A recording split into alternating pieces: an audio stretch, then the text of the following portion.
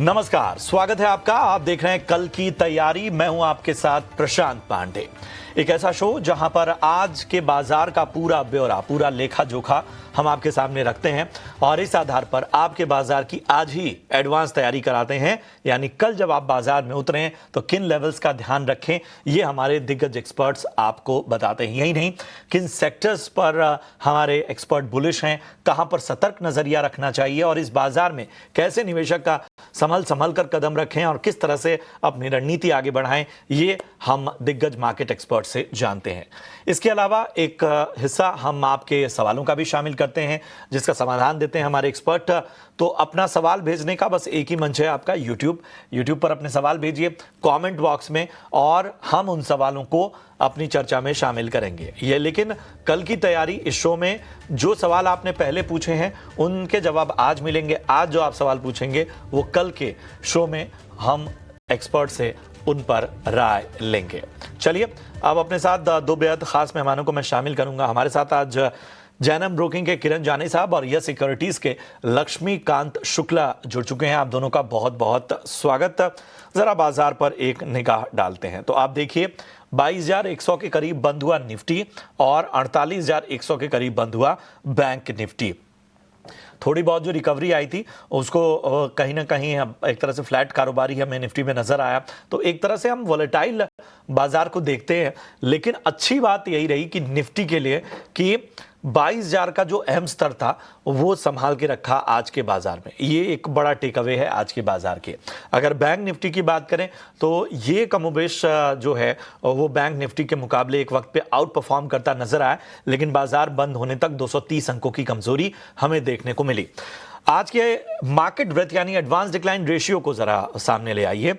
अब शुरुआत जब हुई बाजार की तब आप देखेंगे कि ये करीब 250-300 शेयर ऐसे थे जो कि हरे निशान में कारोबार में थे, लेकिन बाजार बंद होने तक इसमें और ज्यादा सुधार होता गया। 771 शेयर ऐसे थे जो कि हरे निशान में कारोबार करते नजर आए। 1949 शेयर जो थे वो लाल निशान में बंद हुए। आज के अगर हम टॉप गेनर्स की बात करें तो भारत इलेक्ट्रॉनिक्स लिमिटेड एक वक्त पे 4% और गिरावट के साथ और मजबूती इसमें आई, 4.5% जो है वो चढ़कर बंद हुआ। ग्रासिम में 3% से ज्यादा की तेजी देखी गई। आयशर मोटर्स और चुनिंदा ऑटो पॉकेट्स में भी हमने आज अच्छा रुझान देखा। आयशर मोटर्स लगभग 3.25% चढ़कर बंद हुआ। इसके अलावा जेएसडब्ल्यू स्टील, बीपीसीएल, विप्रो और अल्ट्राटेक जैसे स्टॉक्स में भी आज अच्छी तेजी देखने को मिली और ये निफ्टी के गेनर रहे। अगर हम बात करें लूजर्स साइड पे तो आप देखिए दिग्गजों में रिलायंस 2.5% गिरकर बंद हुआ। एक वक्त पे 3% तक की गिरावट नजर आई थी। कोल इंडिया देखिए ये भी 2.5% गिरकर बंद हुआ। बजाज ऑटो, बजाज फिनसर्व यानी बजाज ट्विंस में लगभग 2 से 2.25% तक की गिरावट हमें देखने को मिली। एचडीएफसी बैंक भी 0.25% गिरकर बंद हुआ। किरण जी, मैं आपके पास आना चाहूंगा। अब इस बाजार में जैसे मैंने कहा कि एक वक्त पे बैंक का निफ्टी आउट परफॉर्म कर रहा था, लेकिन निफ्टी ने 22,000 के स्तर को कहीं ना कहीं थामे रखा। क्या कोई ऑप्टिमिज्म यहां से हम लेकर चलें या अभी भी सतर्क नजरिया ही रहेगा? किरण जी, आप तक आवाज पहुंच रही है? Yes, good afternoon everyone.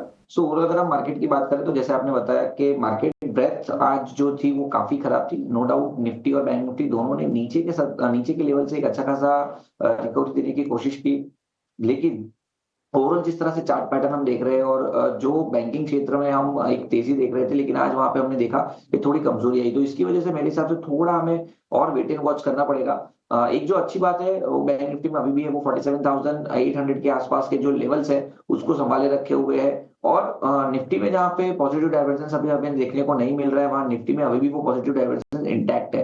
तो ये एक बैंक निफ्टी में इनहेरेंट स्ट्रेंथ हमें देखने को मिल रही है। बट अगेन अभी तक कोई कंफर्मेशन नहीं है, तो for the confirmation point of view हम यहाँ पे कंडीशनल बाई देने की मतलब कंडीशनल बाई दे रहे हैं। जैसे बैंक निफ्टी में बैंक निफ्टी में अगर हम बात करें तो 48,600 का लेवल है। जैसे ही बैंक निफ्टी 48,600 के ऊपर जाएगी वहां से एक शॉर्ट कवरिंग मूव एक्सपेक्टेड है। तो जिनके पास भी है वो 47,500 47,300 के लेवल से होल्ड रख सकते हैं for the fresh buying. They have to wait for the 48,600 to cross. Once the market cross 48,600 then one can go long। Another point Nifty के लिए हम बात करें तो 22,200 अगर आप देखोगे तो 2023 में जो रैली स्टार्ट हुई थी 17,000 के आसपास से निफ्टी, हमने देखा ऊपर में 26,000 के, वहां के ऊपर अगर आप रिट्रेसमेंट रेशियो लगाते हो तो 38% का जो रिट्रेसमेंट है वो 22,200 के आसपास है। तो यहाँ पे भी एक कंडीशनल बाय रहेगा। जैसे ही निफ्टी 22,200 के ऊपर सस्टेन होता है, उसके बाद वहां से एक अच्छा खासा पॉइंट एक बाइंग हमें इंटरेस्ट देखने को मिल सकता है। तो निफ्टी भी आप 22,200 के ऊपर लॉन्ग कीजिए और 22,000 का स्टॉप लॉस रहेगा, लेकिन दोनों कंडीशनल बाई जब तक लेवल क्रॉस ना करे मेरे हिसाब से वेटिंग वॉच करना रहेगा। ठीक है, तो दोनों ही इंडेक्स पर आपको एक विशेष राय मिलती हुई किरण जी की तरफ से। बढ़ते हैं, लक्ष्मीकांत जी आपके पास आएंगे। हमें ज़रा बताइए कि आज के बाजार में देखें तो ऑटो सेक्टर ने कहीं ना कहीं बेहतर रुझान दिखाया। इसके अलावा ब्रोकरेजेस की दम पे हमने देखा आरईसी और पीएफसी भी चले, और अक्सर आरईसी पीएफसी के साथ होता है कि साथ ही चलते हैं साथ ही टूटते हैं। ऐसे बाजार में किन सेक्टरों पर नज़र रखी जाए? जी, हमारे हिसाब से अभी भी जो ट्रैक्शन दिखाई दे रहे हैं वो सिलेक्टेड फाइनेंशियल स्टॉक्स में दिखाई दे रहे हैं और प्राइवेट बैंक्स में। तो निफ्टी प्राइवेट इंडेक्स हो गया और निफ्टी फाइनेंशियल सर्विस के इंडेक्स हो गए। यहाँ पर भी कुछ ऐसे स्टॉक्स हैं जहाँ पर हम नजर रख सकते हैं। और हमने पहले भी बात किया है, जो निफ्टी फाइनेंशियल इंडेक्स है वहां पर अभी भी अपने की जो लो लेवल्स हैं उनके ऊपर ही सस्टेन हो रहा है।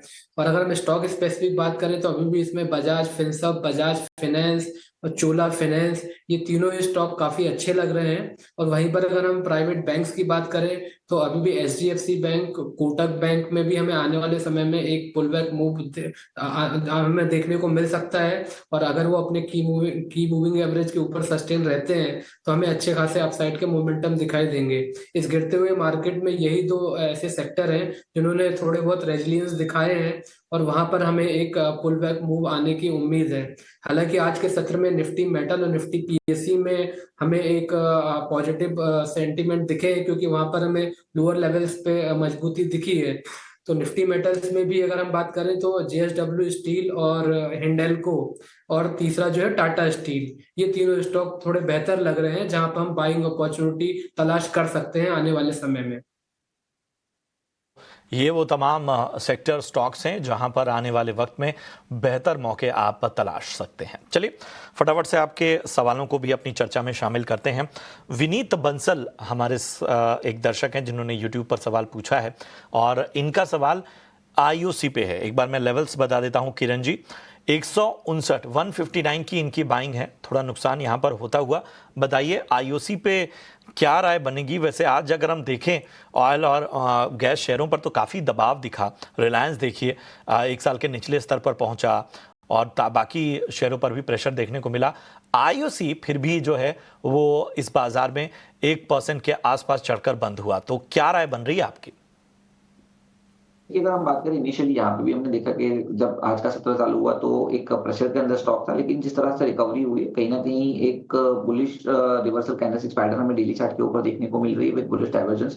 तो मेरे हिसाब से लॉन्ग करके जाना चाहिए। जो एक पोजिशनल स्टॉप लॉस हमें देखने को मिल रहा है वो 110 का हमें देखने को मिल रहा है। अगर 110 का लेवल होल्ड रहता है तो there are very good chances कि हम ऊपर में वापस 125 130 तक की रिकवरी देख सकते हैं। तो मेरे हिसाब से इनको होल्ड रखना चाहिए 110 के स्टॉप लॉस के साथ।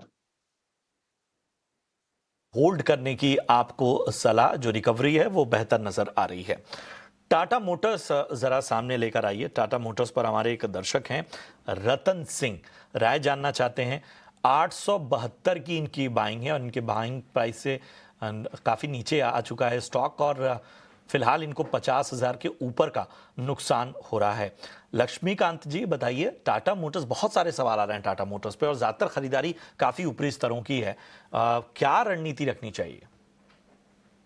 इस स्टॉक ने अराउंड 15th ऑफ अराउंड एक हफ्ते पहले ही एक कंसोलिडेशन ब्रेकडाउन दिया है और वहां से इसमें बैक टू बैक सेलिंग देखने को मिल रही है। जो स्ट्रक्चर है वो काफी वीक हो चुका है। बट अगर हम वीकली के चार्ट्स पे नजर डालते हैं तो अब ये स्टॉक अपने 200 वीक मूविंग एवरेज के पास आता हुआ दिखाई दे रहा है। तो मुझे लगता है कि अगर ये 595 के लेवल्स को रिटेन करता है तो फिर हमें एक पुल बैक मूव आता हुआ दिखाई दे सकता है। तो एक शॉर्ट टर्म बाउंस हम एक्सपेक्ट कर सकते हैं toward the levels of 665 to 680। सो वो उसके बट उसके लिए इसको 595 के ऊपर सस्टेन रहना जरूरी रहेगा। तो मुझे लगता है कि अगर 595 के लेवल्स पे डिफेंड कर सकता है, कर पाएगा, देन आफ्टर हमें short term pull back toward the levels of 665 to 680 तक हम देख पाएंगे आने वाले समय में। ठीक है, तो 595 ये स्तर विशेष रूप से ध्यान रखिए, इन स्तरों के ऊपर सस्टेन करता है तो आने वाले वक्त में 660 665 तक के लक्ष्य लक्ष्मीकांत जी की राय में नजर आ सकते हैं। बढ़ते आगे, एसबीआई पर हमारे एक दर्शक हैं बलबीर सिंह जी, इन्होंने सवाल पूछा है। 790 की इनकी बाइंग है और ये जानना चाहते हैं कि आखिर कितना समय और देना होगा। किरण जी, एसबीआई क्या राय बनेगी? रिटेल इन्वेस्टर्स बहुत सारे सवाल इस पे पूछ रहे हैं। की अगर हम बात करें तो एक स्ट्रॉन्ग सपोर्ट हमने देखा था कि 720 का था, वो ब्रेक करने के बाद स्टॉक में नीचे 780 तक की गिरावट आई है। अब आज का जिस तरह से डेली चार्ट के ऊपर हम पैटर्न देख रहे हैं, एक बुलिश हरामी कैंडलस्टिक पैटर्न जो रिवर्सल पैटर्न है, साथ ही साथ बुलिश हार्मोनिक पैटर्न है और एक पॉजिटिव डाइवर्जेंस भी है। तो हमें लग रहा है कि 680 का लेवल अभी टूटना नहीं चाहिए। अगर नहीं खरीदारी करनी है तो करंट मार्केट प्राइस से नहीं खरीदारी भी कर सकते हो। 680 का एक स्टॉप लॉस रखें एंड इमीडिएट लेवल पे 720, और जैसे ही 720 क्रॉस होता है उसके बाद एक अच्छी खासी रैली एक्सपेक्टेड है। तो मेरे हिसाब से लॉन्ग करना चाहिए और जिनके पास है उनको होल्ड भी रखना चाहिए। ठीक है, लॉन्ग करने की सलाह, बने रहने की आपको राय मिलती हुई किरण जी की तरफ से। अगला सवाल ले लेते हैं और अगला सवाल हमारे पास हमारे एक दर्शक हैं विकी, उनका है। इरेडा पर राय जानना चाहते हैं। 1163 शेयर इन्होंने खरीदारी की हुई है और इनकी बाइंग प्राइस है 172 यानी 172 रुपए। लक्ष्मीकांत जी, इरेडा 172 की बाइंग के हिसाब से आपको कैसा लग रहा है? उसी के आसपास से इस स्टॉक ने एक रिवर्सल पैटर्न बनाया था और वहीं पर इसके 20 डीएमए के रेजिस्टेंस इस स्टॉक को देखने को मिले थे, और जिसके बाद हमें इस यहाँ पर फर्दर सेलिंग प्रेशर आता हुआ दिखाई दिया था इरडा में। करंटली ये स्टॉक अभी अपने पिछले स्विंग लो जो कि 157 के आसपास आ रहे हैं, उसके नीचे ही सस्टेन कर रहा है। तो मुझे लगता है कि जब तक ये 157 160 के ऊपर नहीं निकलता है तब तक इसमें सेलिंग प्रेशर बना रहेगा। और अगर ये आने वाले समय में अपने जो इमीडिएट सपोर्ट है 140 के लेवल्स के नीचे अगर क्लोजिंग देता है तो देन हमें फर्दर सेलिंग देखने को मिल सकती है toward the levels of 128 to 130। है, तो यहाँ पर आपको स्ट्रेटजी जो है वो बहुत ध्यान से बनानी होगी इरेडा में। बढ़ते हैं आगे, राहुल केसरी हमारे एक दर्शक हैं, इनका सवाल लेते हैं। इनकी बाइंग प्राइस में बता दूं, LIC इन्होंने खरीदारी की है और LIC में इन्होंने 904 के स्तरों पे किरण जी खरीदारी की हुई है। 15 शेयर इनके पास है, हल्का नुकसान इनको होता हुआ। LIC पर आपकी राय? एलआईसी का चार्ट पैटर्न अगर हम डिस्कस करें तो आईपीओ के बाद एक अच्छी खासी गिरावट और उसके बाद का जो एक ब्रेकआउट हमें देखने को मिला था, स्टॉक ऊपर में 1200 तक गया। 1200 से जो कंटिन्यूअसली एक फॉलिंग चैनल के अंदर आया है, स्टॉक ने अपनी 200 दिन की मूविंग एवरेज को भी ब्रेक कर दिया है। लेकिन एक जो पॉजिटिव चीज है वो ये है कि आईपीओ के बाद जब पहली बार उसमें एक अच्छा खासा मूव आया था, उसमें हमने देखा था कि 700 750 का एक स्ट्रॉन्ग क्लस्टर जोन बना था। तो अभी भी स्टॉक उसी क्लस्टर जोन के अंदर है। साथ ही साथ यहाँ पे भी एक बुलिश हार्मोनिक पैटर्न देखने को मिल रही है। तो there are very good chances कि 700 का लेवल ब्रेक नहीं होता है, तो यहाँ पे एक अच्छी खासी रिकवरी एक्सपेक्टेड है। और वैसे भी हम मार्च महीने के अंदर है, जनरली टैक्स प्लानिंग के लिए लोग इंश्योरेंस का बाइंग करते हैं, तो ये फंडामेंटल टेलविंड्स भी है। तो मेरे हिसाब से इनको होल्ड रखना चाहिए 700 के स्टॉप लॉस के साथ। तो यहाँ पर आपको स्टॉप लॉस का विशेष रूप से ध्यान रखना है और याद रखिए इस बाजार में स्टॉप लॉसेस का विशेष रूप से आपको ध्यान रखना है और बहुत डिसिप्लिन के साथ उसको फॉलो करना है। चलिए, इतने ही सवालों को हम अपनी चर्चा में आज शामिल कर पाएंगे और अब बढ़ेंगे अपने खास सेगमेंट VIP शेयर्स की।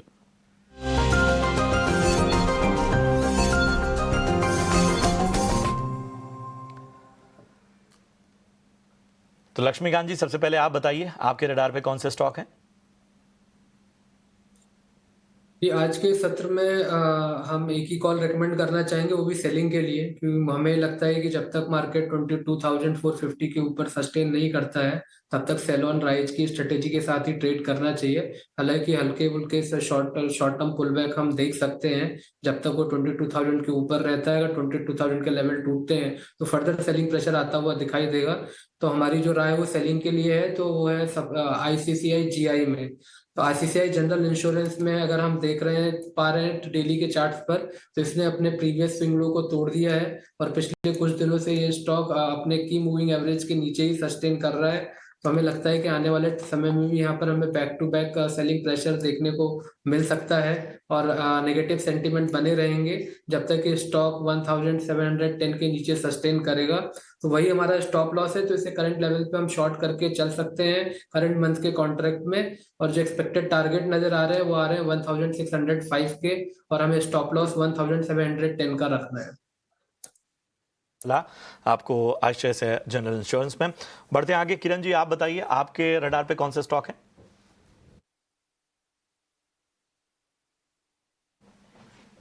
किरण जी अपनी वीआईपी पिक बताइए।